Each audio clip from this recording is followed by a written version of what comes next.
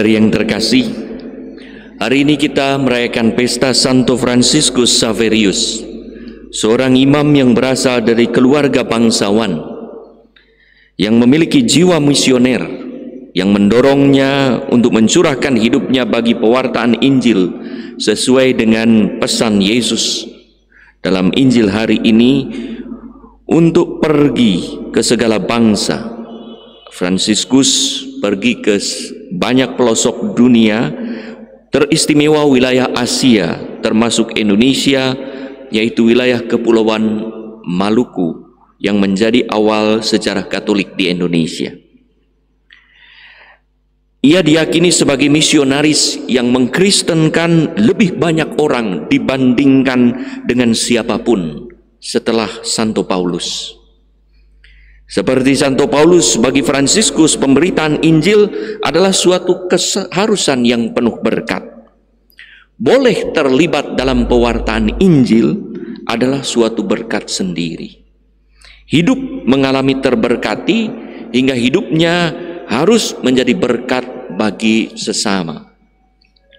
Saudara-saudari yang terkasih, kita mendengar ada orang yang mengalami hidup terberkati hingga dengan sukacita berbagi berkat lewat mendirikan panti asuhan, lembaga beasiswa, pelayanan orang sakit, atau lain-lain. Tidak semua dari mereka yang menjalankan karya belas kasih ini adalah orang yang kaya atau berada. Ada juga dari mereka yang hidup sederhana tetapi mau berbagi apa yang mereka masih punya hingga terdengar kalimat, untuk membantu orang lain tak perlu kita kaya lebih dahulu. Syukur-syukur kalau kita kaya. Yang penting bagaimana hati kita kaya hingga kita mengalami hidup terberkati, tercukupi oleh Allah, hingga kita dengan sukacita mau berbagi berkat pada sesama. Kita tak pernah mendengar orang menjadi miskin karena membantu orang sesamanya yang membutuhkan. Sebaliknya kita mendengar bagaimana orang makin sejahtera setelah berbagi dengan mereka yang membutuhkan, karena percaya kepada Tuhan hingga tak khawatir apa yang akan dimakan dan apa yang akan dipakai, sebagaimana Yesus sabdakan di dalam Matius 6.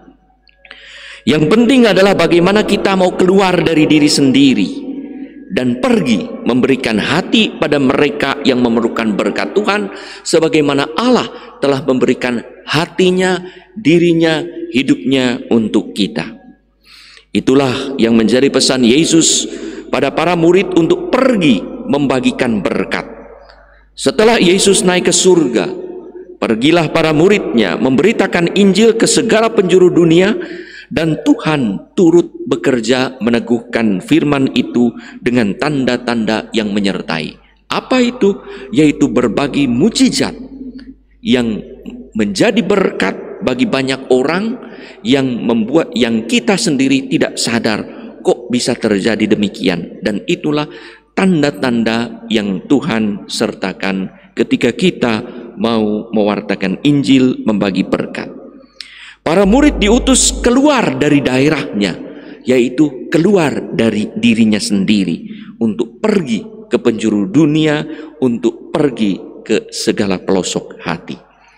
Saudara-saudari yang terkasih, itulah kiranya juga yang sering disampaikan Paus Fransiskus, agar kita berani beranjak dan pergi keluar membawa berkat pada mereka yang berada di daerah pinggiran, entah pinggiran secara geografis, daerah terpencil, ataupun secara sosiologis, masyarakat yang tidak terpandang, ataupun secara ekonomis, orang yang sangat membutuhkan bantuan kaum papa, maupun secara psikologis sedang mengalami ketertekanan atau pengalaman mengalami keterpurukan.